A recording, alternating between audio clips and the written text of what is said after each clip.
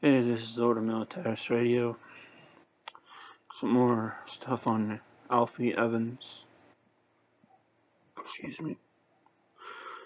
Today I watched a YouTube video where two guys from Britain went to the old Alder hospital where it's been abandoned.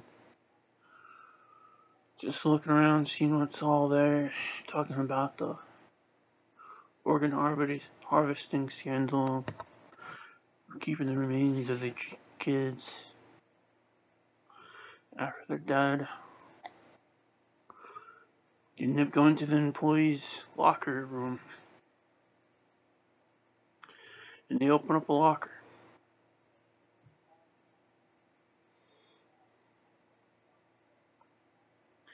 They find a stack of paperwork.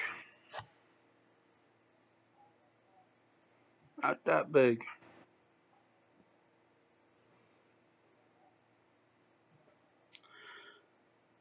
But tall-wise.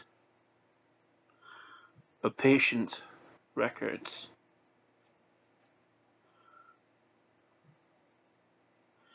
Now they said anybody can go in there and walk around, especially on a Sunday, when there's hardly any security.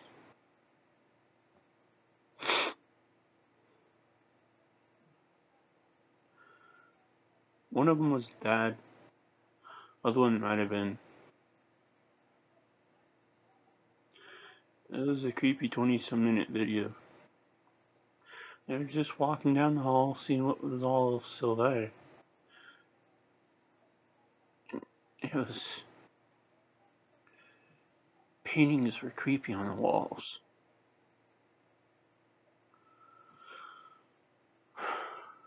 Even though some of it was trash because of demolition crews coming in, trying to get ready to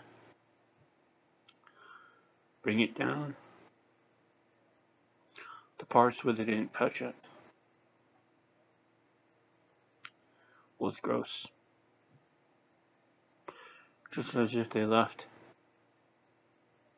and disappeared.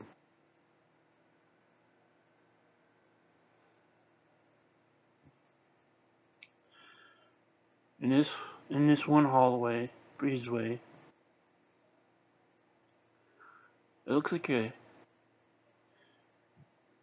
clear plastic takeout container from the restaurant Applebee's.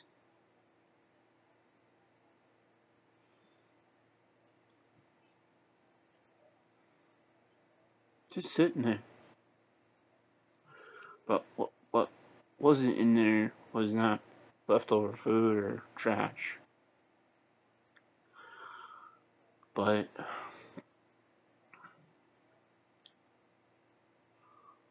blood bags. You know what was scary? They weren't clotted. They weren't dark and turned into solid dust or whatever blood turns into.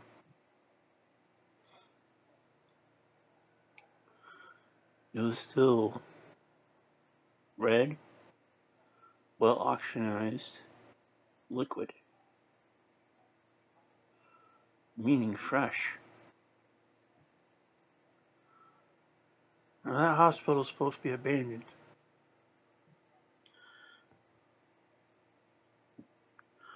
Who in their right mind would give a blood transfusion in a nasty, filthy place?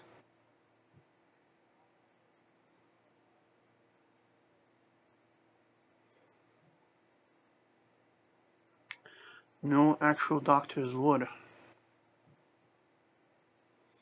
But if Alder Hospital is still taking part in the organ harvesting and keeping of body parts,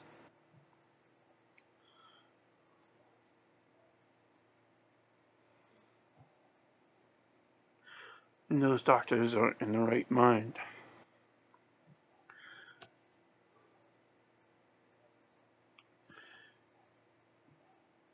And this article from Life News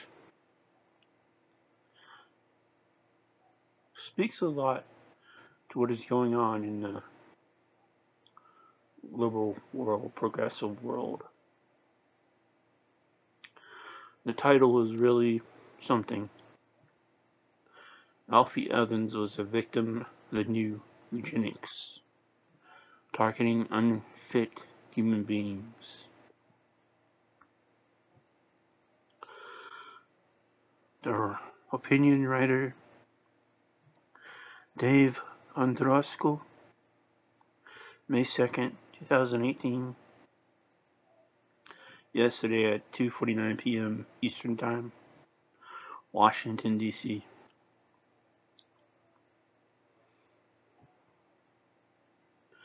He writes, about once a week, my search for today in history turns up a reminder, positive or negative, of something that pro-lifers should carefully ponder. 91 years ago today, in Buck versus Bell, the United States Supreme Court upheld a Virginia law that allowed forced sterilization of people to promote the health of the patient and the welfare of the society. Ring a bell? And exactly the same, almost the same words, with the similar words used by Judge Hayden.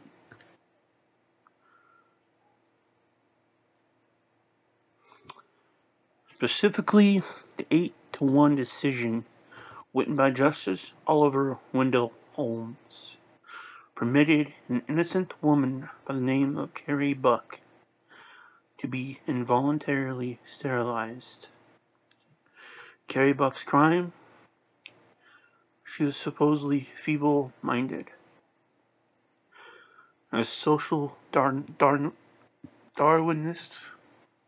Justice Holmes pronounced in one of the ugliest declarations ever from our nation's highest court, 3 generations of imbeciles are enough. Referring to Carrie, her mother, and her infant daughter.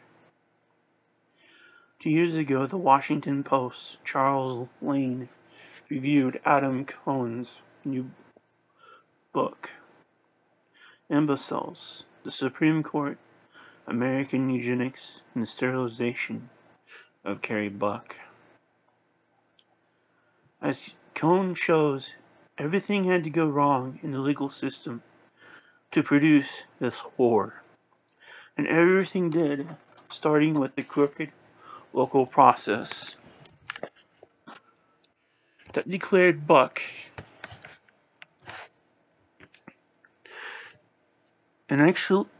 intellectually inferior based on her out-of-wedlock pregnancy. An indicator state doctors averred a promiscuity which connoted feeble-mindedness. In fact, she had been raped by her foster parents' nephew. The couple then sought to cure this embarrassment by having Buck sent away to the state colony for her kind.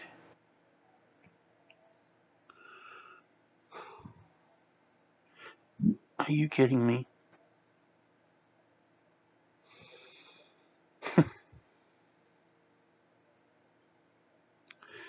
The Virginia government called her intellectually inferior. Is her out-of-wedlock pregnancy? If they're supposed to be in the government, don't they get the police reports? The medical reports? showing she was raped. No?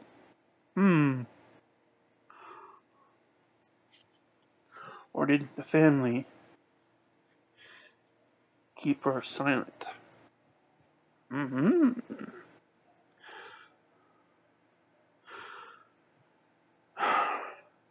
This article goes on.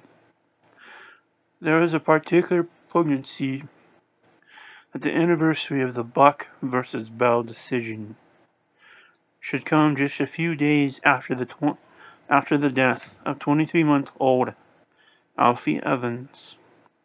To elite in Great Britain, the trial judge, the Court of Appeals, the Supreme Court, and of course, the heralded Alder Children's Hospital, all concluded Alfie Evans was better off dead. His parents' wishes counted for absolutely nothing. And all of our pressure we did to help them.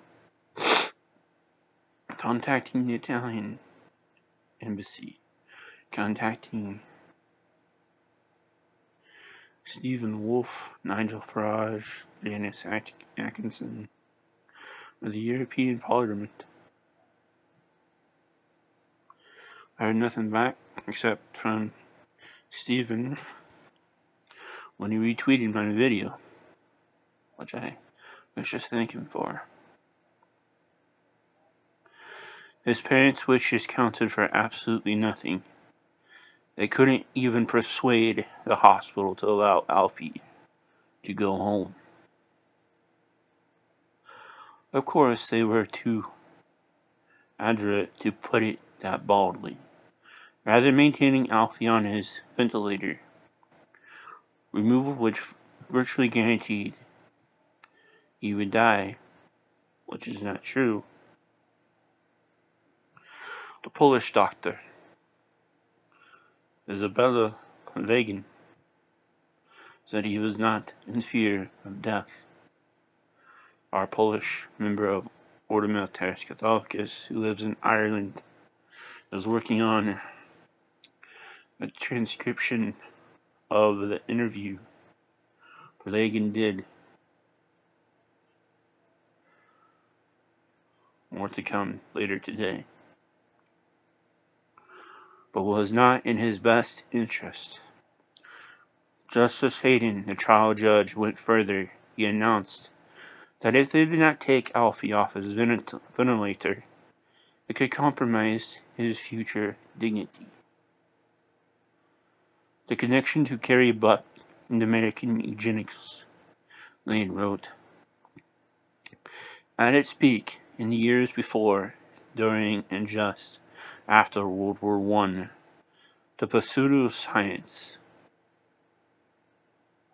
the fake science of eugenics was a national fad, almost a mania. Advocates were not only, or even especially right-wings. State sterilization laws emerged first in the North and West, and many progressives embraced radical hygiene, along with the pure food and drug laws, or urban sanitation. Actually, the right wing was not the driving force behind eugenics at all, as Wesley J. Smith explained. Progressives were, and those in the ruling class.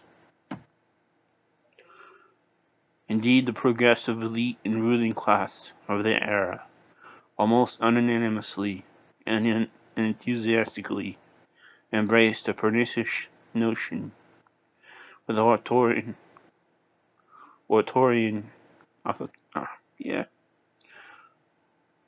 zeal that human beings could be invidiously divided between the so-called fit and unfit. Eugenics was also that era's scientific consensus. Those who opposed it were branded as anti-progress, perhaps even anti-science. We We see similar agendas at work today in the sex selection and pre-implantation genetic diagnosis practiced in the assisted reproduction industry. Transhumanism push for developing post-human genetic enhancement technologies, eugenic abortion of babies, testing positive for Down syndrome or dwarfism, the push for infanticide of babies born with disabilities, among other supposedly progressive causes.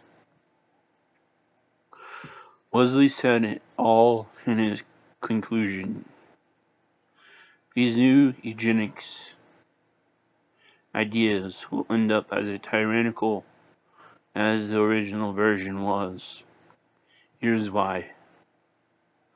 All eugenics, new and old, spring from the same toxic well: denial of human exceptionalism and the intrinsic value and equal dignity of each and every one of us. Once that dark vision embraced, the weak comes into mortal danger.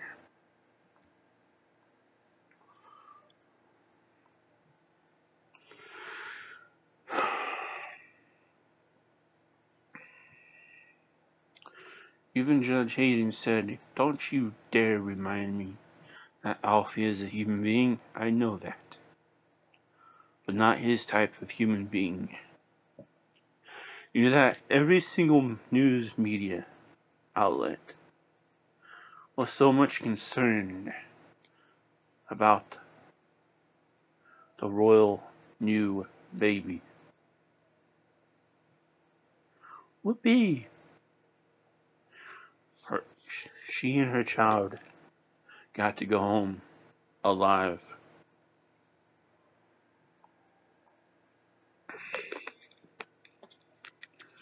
Alfie didn't. And every news organization who intensely covered the royal birth, Fox News, CNN, all of them, until later when Fox News finally decided to cover Alfie Evans' story for only about a few minutes each segment. That is an embarrassment. I say shame on Fox. Shame on them all. These people in Great Britain, even though our ancestors fought to keep Nazi Germany from invading Great Britain in the West,